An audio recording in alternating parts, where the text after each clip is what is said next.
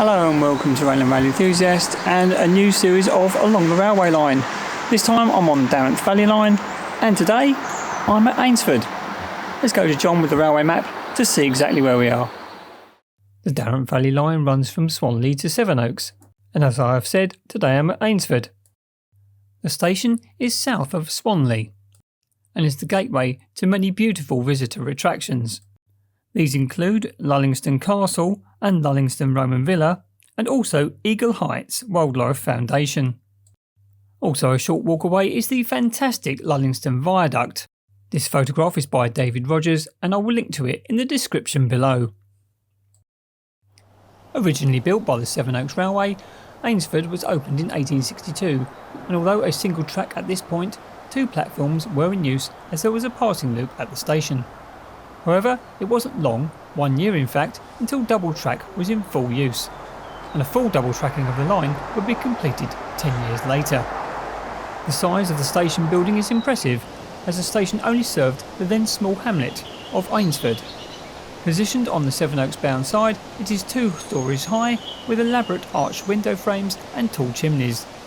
On the Swanley bound side, a reasonable waiting shelter was constructed with a canopy. Crossing the tracks was initially done via a foot crossing, however a lattice footbridge was installed around 1910. A signal box was placed at the south end of the Sevenoaks platform. Both unfortunately no longer exist, in fact the station is now on its third version of a footbridge. A goods yard with single track shed was placed behind the Sevenoaks side, also included a wagon turntable, although this was removed during revisions in the 20th century. The demise of the signal box came in 1932 when the platforms were extended. The lever frame was repositioned at the station building in a new extension. Another siding was laid at this time on the Sevenoaks side, terminating at the end of the platform. It was also at this time that the lattice footbridge came down to be replaced by a concrete one. As with most rural stations, the 1960s saw most facilities removed, including the goods yard and sidings. The 1980s saw refurbishment of the building. However, as we shall see, efforts in the past couple of years have really turned around the fortune of this fabulous rural station. At time of filming, passenger traffic is mainly supplied by Class 700 electric multiple units.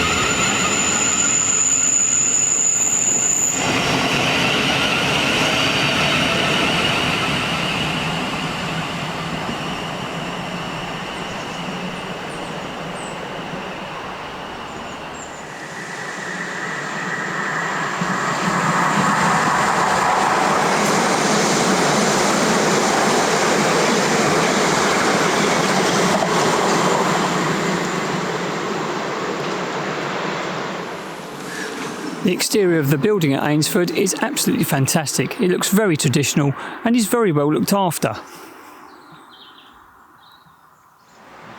It is complemented by quite a small car park, but that is free to use. This very traditional looking waiting shelter is on platform 1. As you enter the ticket office, on your right hand side you will see the ticket desk. There are some pamphlets on the side, as well as some platform information boards. Other things to note are an extensive lending library, a toilet facility, and another waiting room. Obviously this has been recently refurbished. The smell of fresh paint in here is quite evident, and it is very nice to see the high vaulted ceiling.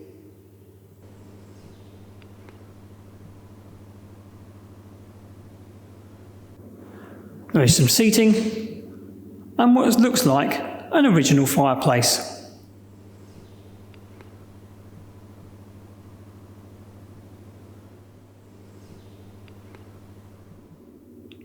These posters are a feature of all the stations along the line, and I will cover them in a little bit more detail when I get to Bat and Ball. This poster is due to be displayed, which explains more of the station history.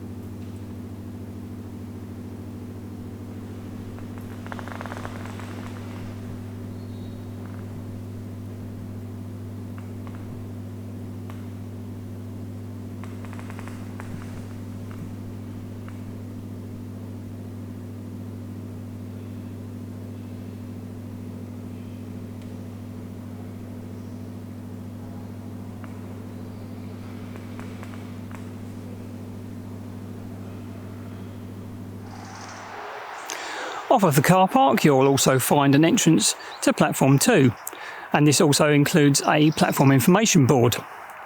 Next to the walkway, the accessible ramp walkway, this will give you the ticketing machine just in case the ticket office isn't open.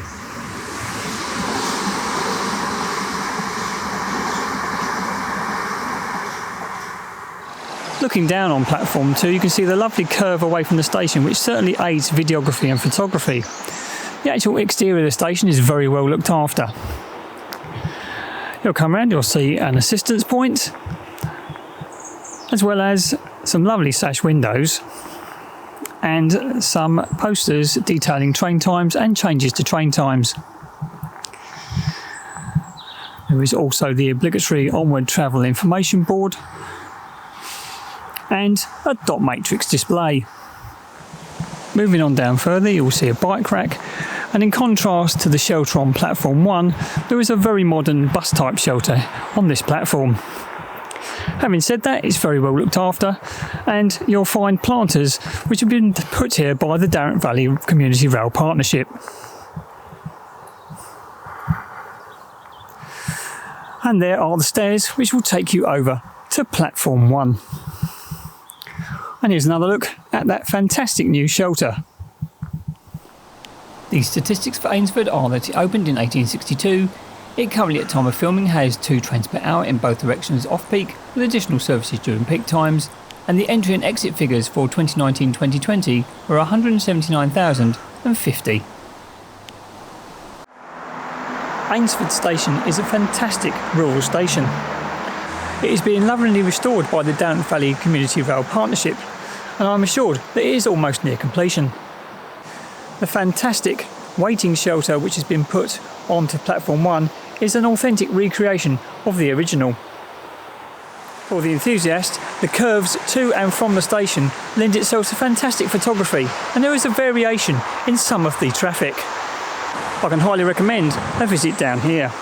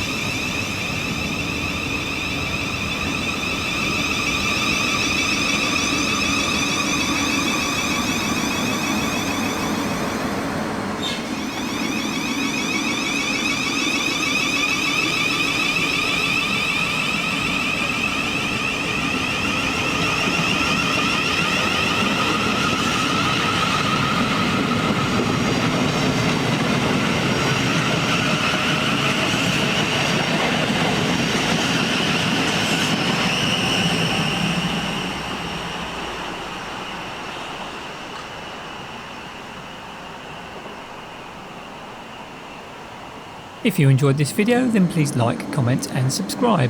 And if you can, get out there, get on the railway and see where it takes you. Thanks very much for watching.